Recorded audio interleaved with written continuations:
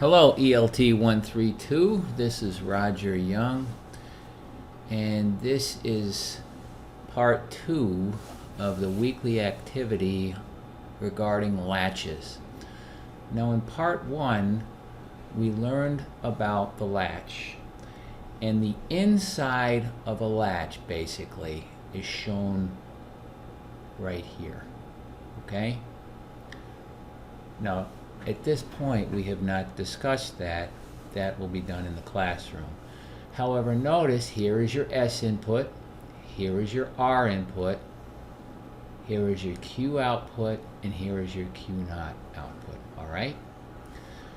What we added here was a pair of steering gates. And these are just AND gates with an inverted output, or NAND gates. The idea here is that, sorry, I guess I touched the pen there. The idea here is that you can enable it or disable it. So if this is disabled, that means this is a 0, right? If it's a 0, that means the output here is going to be high. These are negative.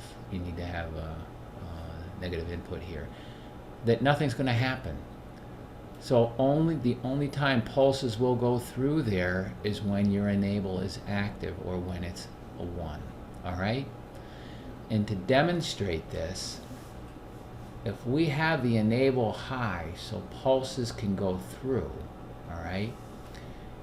If you have a reset pulse, that's a pulse on R, come through, your Q value, your Q output, is going to go low. In other words, it's going to go to reset condition, right?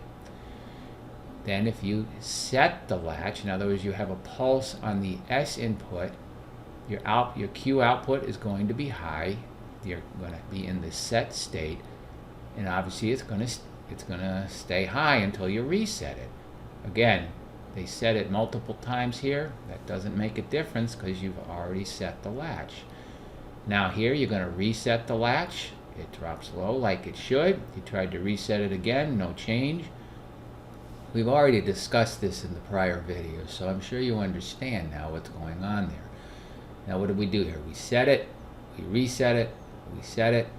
But this is all when your enable is a 1, right? This enable is high. Now what happens when your enable goes low? Nothing. Your output stays the same. There's no change, right? So they tried to set it, they tried to reset it, they have all these pulses going through here, but there's no change on your Q output. That's because these steering gates inhibited the S pulse and the R pulse from over here from changing your latch gates. Now let's take this one step further. Suppose instead of having your enable pulse on for a long length of time like this and off, suppose you pulse it. So down here we have a time interval. Suppose this time interval, it doesn't matter. Suppose it's 1 second. Suppose it's 10 seconds. It's 10 seconds, right? Now this pulse, suppose it's on for 1 second and off for 9. This means in this area right here, it doesn't matter what the set input is or the reset input is. It's totally discarded.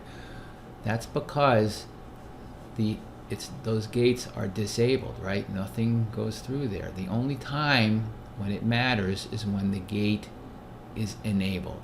So in this case, your gate is enabled here. Your set is high, reset is low. So Q is high. You're in the set state, right? Now, you notice set comes down here. It doesn't really matter when it happens because it's disabled. None of these pulses are going through. Now you have low and low.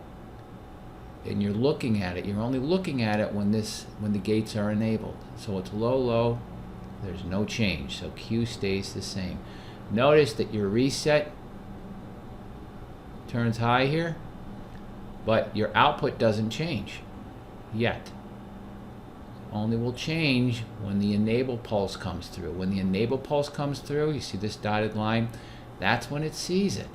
and it says, hey, your set is low, your reset is high, we're going to make Q low. So now you're in the reset state, and it's going to stay there.